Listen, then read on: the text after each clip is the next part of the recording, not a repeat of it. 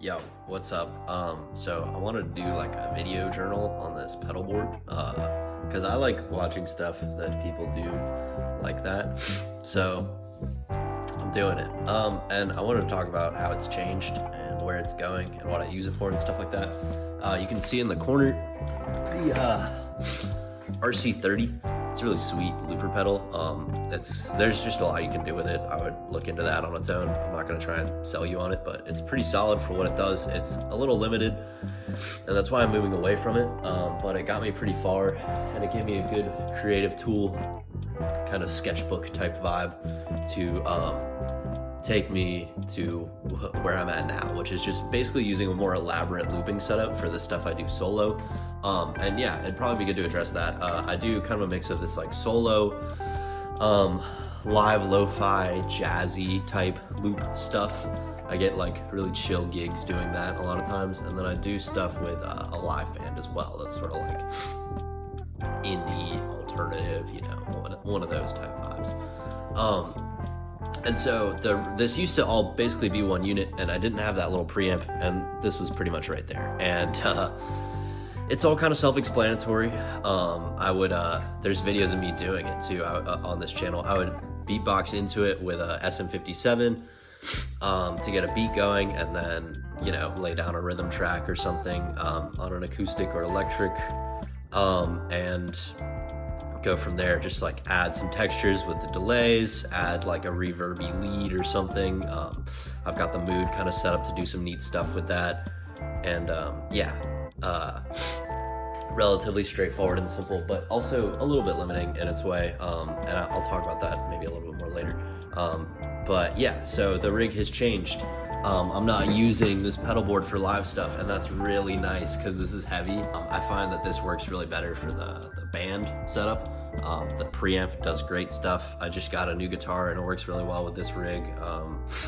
That preamp's actually really nice. I got it off Amazon, which I would say like don't support Amazon. This was like before we were really trying to not support Amazon, but I just gotta say don't do it. But this was a really cheap amp sim box, and it does a good job. There's typos all over it, but it sounds pretty good. I actually kind of like the breakup on it and the options that give you a little bit better than some of these pedals here, and I really like both these pedals. The JHS overdrive, I mean, it's an overdrive. I believe it's like a blues breaker circuit, but yeah, it does its thing.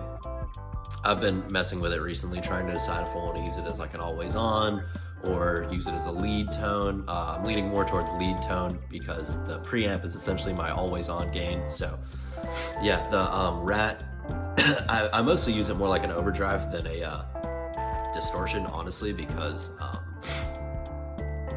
I like it, because I think it sounds good. But it's also fun that it can go so distorted that it's almost in like fuzz territory. Yeah, and let's talk about this tuner on the strobe setting. I never used the strobe setting, but I just got a guitar that's really tuning stable, and I might talk about it later in the channel. So just a little spoiler, a little foreshadowing for you.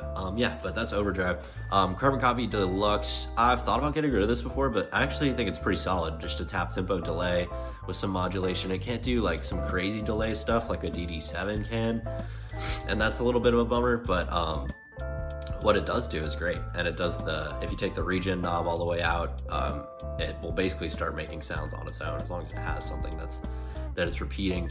And yeah, overall it's just solid. I mostly use it as kind of like an ambient thing.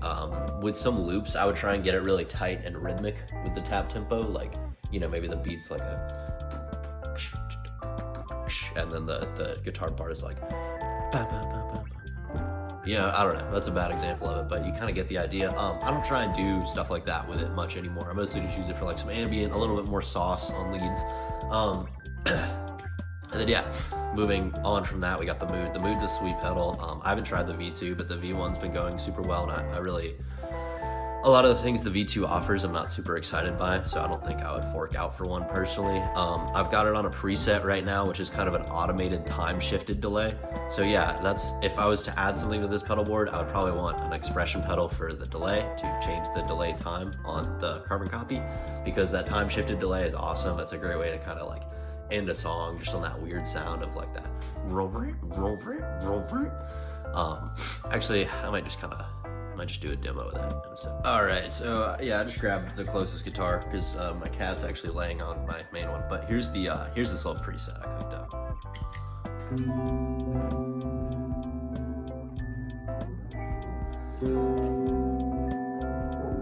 So yeah, you can hear it's automated time shifts, and I think I wanted to show it off because I wanted to show like how versatile this pedal really is. It's not just a delay or a reverb or the other weird stuff that it's designed to do. You can automate those knobs, and that's really cool. You end up with unique stuff. The other preset I have on it is kind of like this. I'm sort of using it like a synth pedal, you know, to make my guitar sound like a synth. But I believe it's like, it almost sounds like this ultra tremolo. Like it's it's been so long since I made the preset, I really don't know how to describe what it does, but it's on the slip function of this pedal, and I believe I have it set up so that it's just kind of repeating the sound back to you really fast, almost instantly. So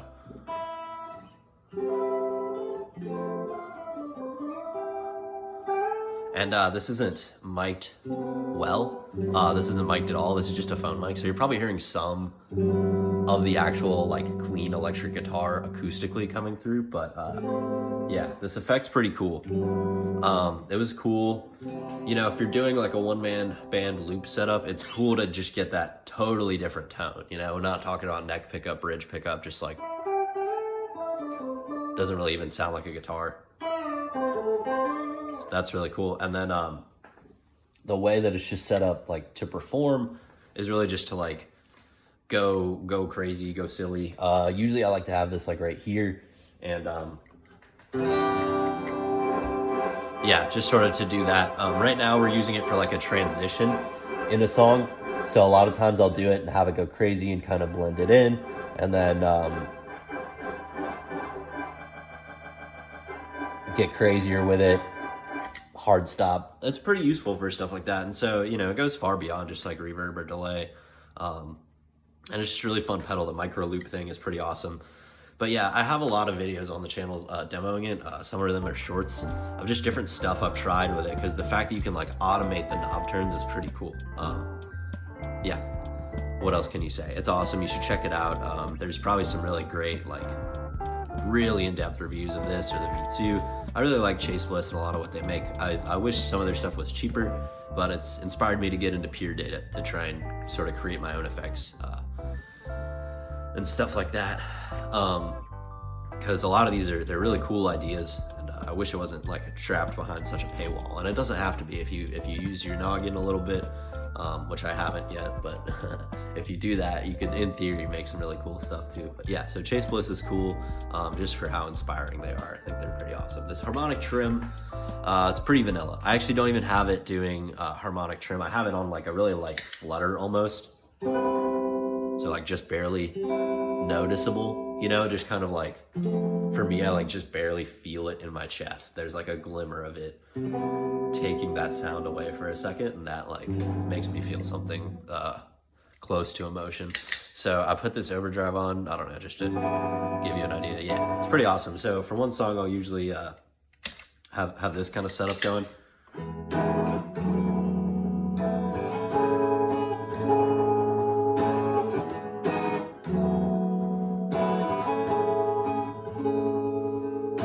Yeah, and I love the coding that gives over everything. You know, it's just a little sauce. You know, that's pretty awesome. The preamp Vox is pretty self-explanatory. It does have an effects loop in it. Overall, I found it pretty headache-free. It has a couple level controls on it. That knob that says volume is actually a gain knob. It came off, and then the little flathead screw that secures it to the post, like a tele knob, also fell out. I don't know where that is. So I just put a Strat knob on there. It works fine. And yeah, that's the gain. Everything else is pretty straight on, like treble, middle, bass, the EQ stuff. You can position the mic. You can change the number of speakers in the cabinet. That's kind of cool. It's got a headphone out or an aux in. I think the way it's labeled, it sort of makes you think it's a headphone in, but that doesn't make any sense. So whatever. And then it has XLR out and 1/4 inch, both in stereo. So it's pretty useful. I definitely like taking this around as opposed to like an amp for shows where they're gonna have sound and stuff. It's just like way less work for me. I know that the sound that I've dialed in is mostly what people are gonna be hearing, you know? I'm very much like in control of the gain and my tone with this thing, and I'm just sending it straight out, and I really like that. The past couple times I feel like the stage mix has been bad, or not bad, it's like a lack of experience on our part, I would say. We just haven't been playing together that long, and we kind of